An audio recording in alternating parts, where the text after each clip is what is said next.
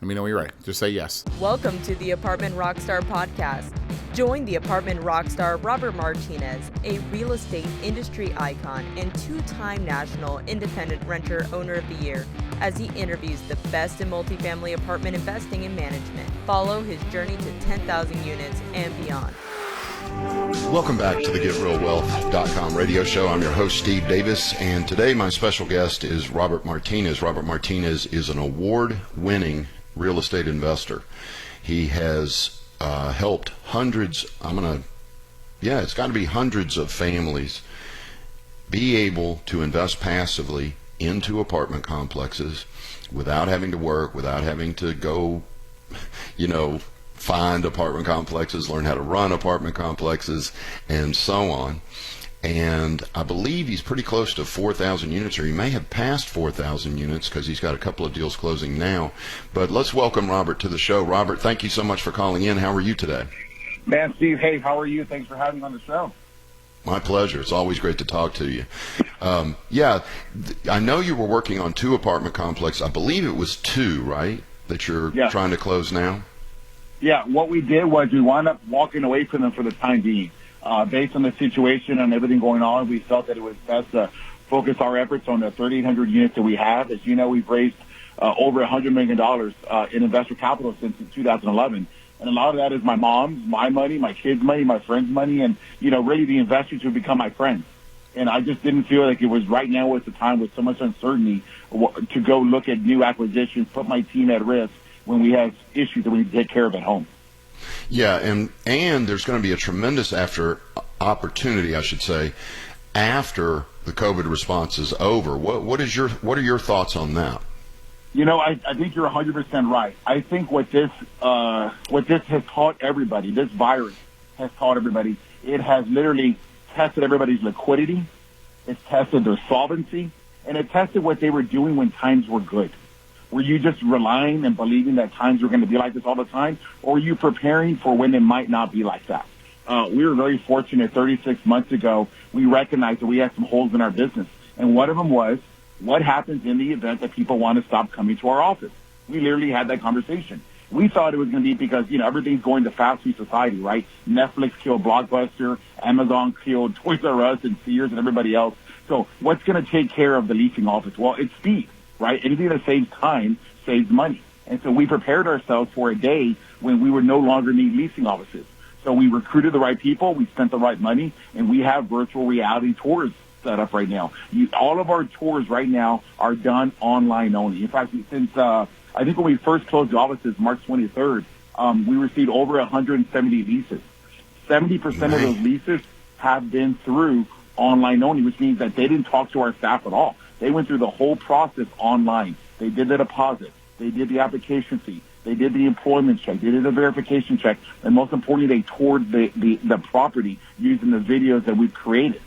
We're very excited. I mean, this is a time that separates, the wartime generals from the peacetime generals. And the virtual tours, is that like where you've got the 360 degree, you can walk into the unit and turn left, turn right? Yeah, for sure. It's like you go to like a little dollhouse, you click the play button, it takes in every single room. Then we have like little magic buttons there that show you what it looks like outside. So you can go to the fitness center, you can go to the barbecue pavilion area, you can go to the pool area, and it really gives you a in-depth, surreal look of what living at our apartment community looks like. That's phenomenal. And you said 170 leases? Yeah, we've had 170 leases since the day that we closed. And 70% of that was about 6 weeks ago. 70% of those leases came directly through the website only. Means they didn't come and schedule an appointment at the office. That means 70%. That's 70%. That's over 100 leases at 70%, right? That we would not have gained. So right now we're gaining market share. Occupancies are up. Renewals are really up. So I think we're going to have actually higher valuation if things work out by the end of the year because everything's pointing north. We had our best spring leasing season in terms of occupancy that we've ever had.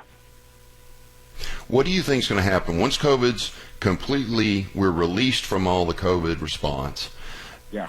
Do you see more and more people continuing to do that online, or do you think your offices are going to get busy again, or a combination? What's going to go on? I think when people are not early adopters, right? Yeah. So over the COVID-19 time, right? Netflix picked up 60 million new subscribers. Where were they? Why weren't they doing it before? So I think it's one of those things where you have early adopters and you have late adopters. I think now people recognize the strength and the power of working at home. I think people recognize that they may want to go this route. They may not want to come into the office either for health, safety risk, or what I first said, just the opportunity to save time. And that's what happened with Netflix, and that's what happened with everything else. And it's push of the button. They want to go online. They want to see where they're going to move. They want to get to the best experience possible. They want to read the reviews. They want to see what other people are saying about your community, and they're making their decisions that way. So what's going to be your goal over the next 12 months as far as acquisitions? For sure. So obviously everybody's pointing to opportunities in the market. And I believe there will be some. I'm very fortunate. I've been through several up and downs, including the Great Recession. I mean, my whole career got started, as you remember, you and I met back in December of 2007 when I first joined, and I'm sorry, January of 2007. We bought our first deal in December 2007, right? So I was there right before the Great Recession. So I got to see the peak of it and what happened afterwards. And I can tell you there were significant deals later on after this contraction.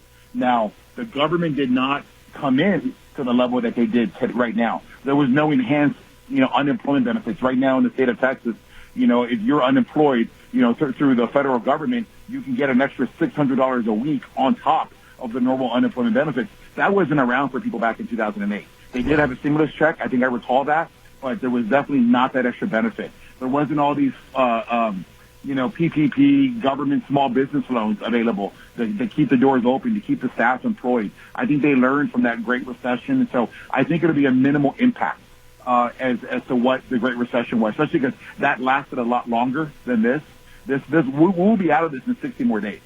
I fully believe that. I think we'll be back to business. This weekend I went to dinner for the first time with my girlfriend, and we hung out and we had a fantastic time, and we went to the pool the next day and at a nice resort and spent a few dollars because we were just so cooped up. So I think that momentum's going to carry, and I think in the next, I think the big number is May 18th is when the rest phase 2 starts up. But 45, 60 days from now, I think we're going to be looking okay. People they're going to be back. It's just going to determine on people's on people's surety that it's going to continue.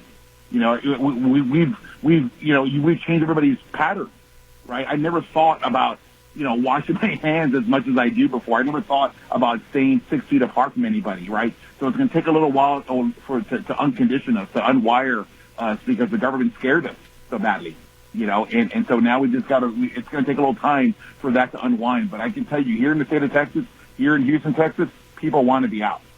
They want to be out there. They want to get back to reality. Everybody's tired of cooped up, watching TV, watching movies, subscribing to Netflix, and watching videos where there was no C-19 virus in the movie. And they want to get back to that. Nobody wants a new norm. They want to go back to the old norm. They want to go back to the reality we lived in. So it just depends on how fast that happens. Yeah, and I think it's going to be quick as well, because it's like pent-up need. People are going to want to go to restaurants. They're going to want to go to the movie theaters. They're going to want to go to the resorts, back to the beach, back to Vegas, all the fun stuff that we've missed. It's going to be incredible. Remember when this happened, Steve? This happened during spring break. I mean, my spring break got canceled. One of my best buddies at work, he got to go to Disney the week before, and my trip got canceled, right? And we missed that time together. We missed that family time. And people want to spend that time together. They want to go and spend a few dollars and have their memories. Yeah, I totally agree. I think it's going to blow up. So let's talk about this investor. You and I are going to film a video next Monday and tell the people a little bit about the story of this individual, Louis, correct? Yes, Louis.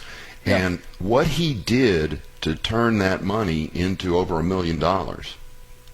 Yeah, so Louis was a casualty of the Great Recession.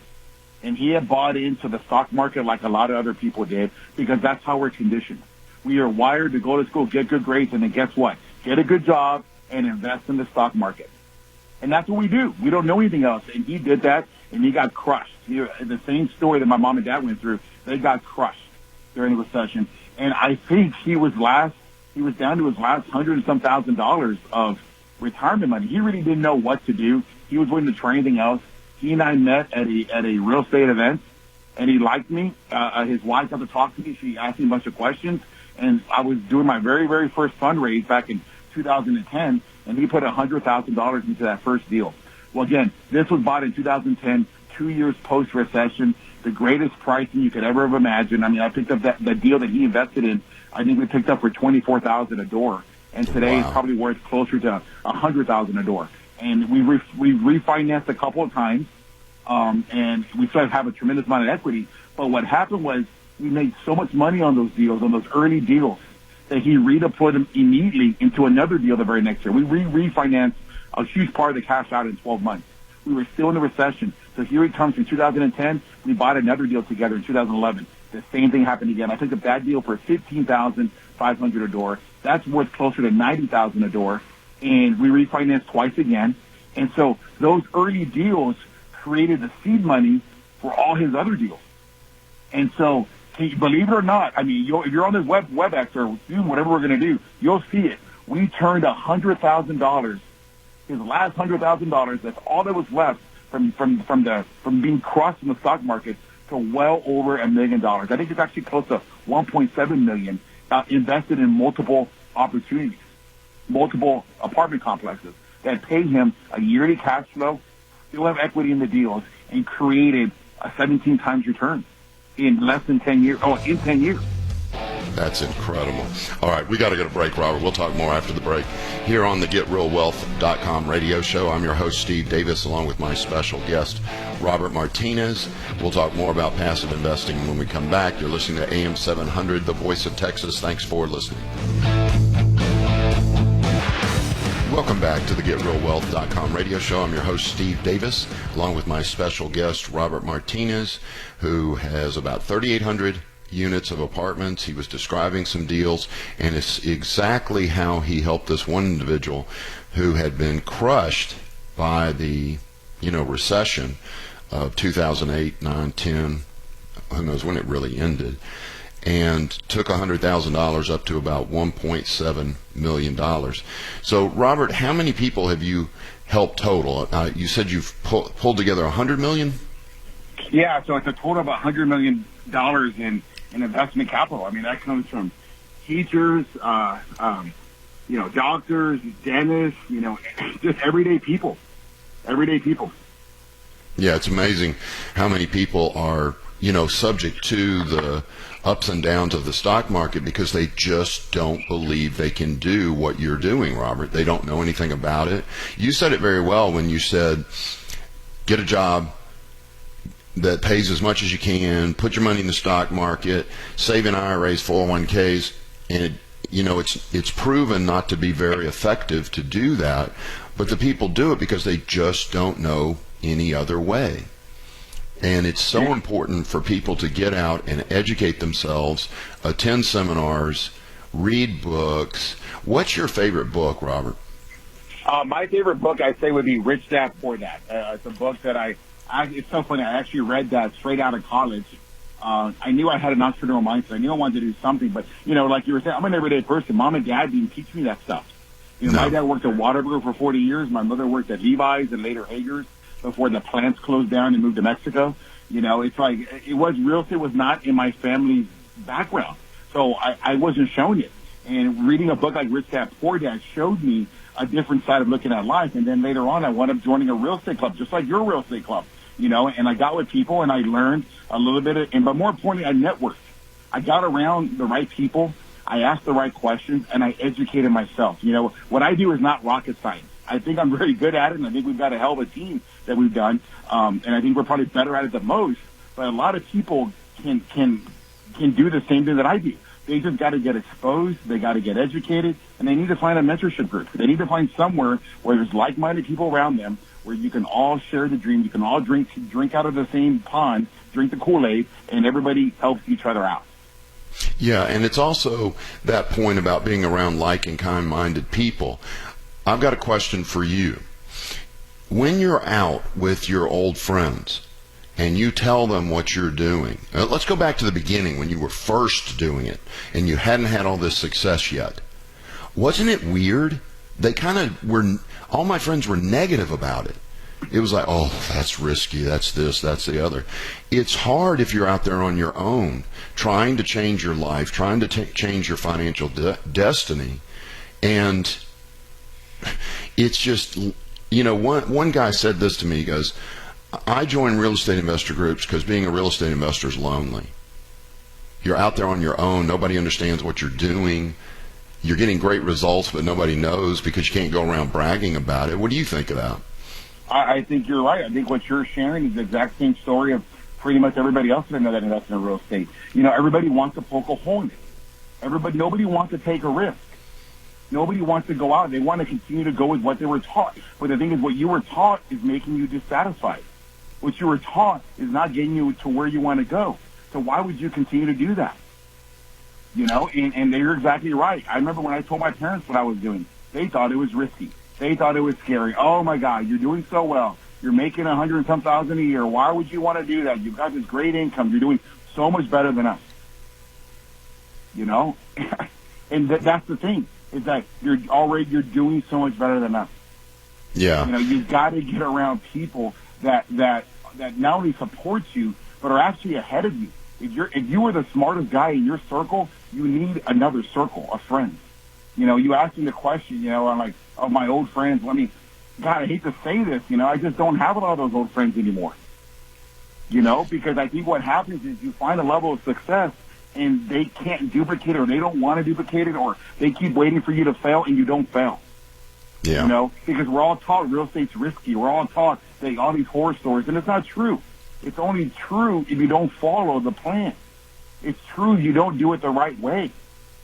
And you open yourself up to risk, well, then you deserve to fail if you don't do it the right way. I know at your club you all teach in the right way how to buy a single-family house, how to be a good landlord, how to structure the lease contract so that it works for you. I just rented my first house. I'm never going to own another house again, I think. I rented a really beautiful house here in the River Oaks area, and it's first-time renters, right? And they miss so many little things that I do on an everyday basis at our apartment complexes. From the proper credit, from the proper checks, to requiring that I have renter's insurance, to just making sure that they're covered. And they're not. I'm not going to take advantage of them, but they're not covered. They didn't even require me to have renter's insurance. Renter's insurance is a given.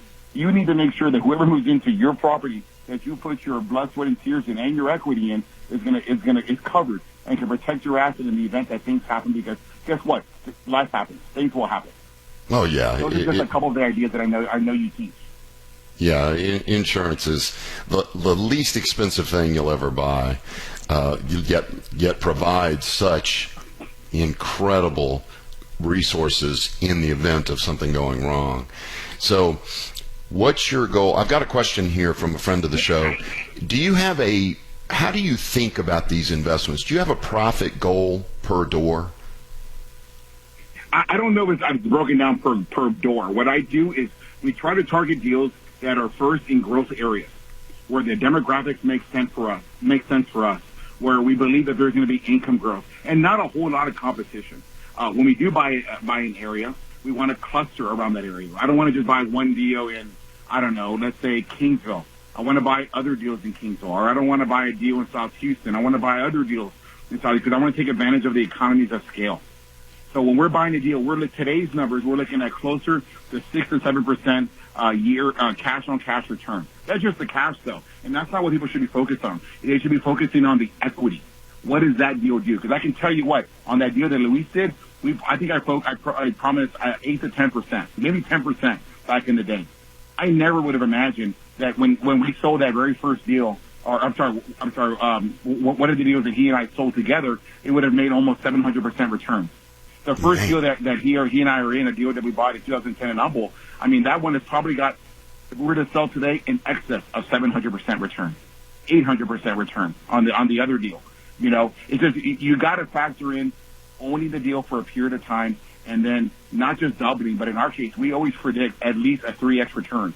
So if you hold it for us in that 7 to 10 year time frame that we tell you when we buy the deal, we're going to promise you, well, we're promising you, but we're going to project for you 3 times return. So don't focus on the 6-7% return, because that's not what got that guy that kind of return that he got.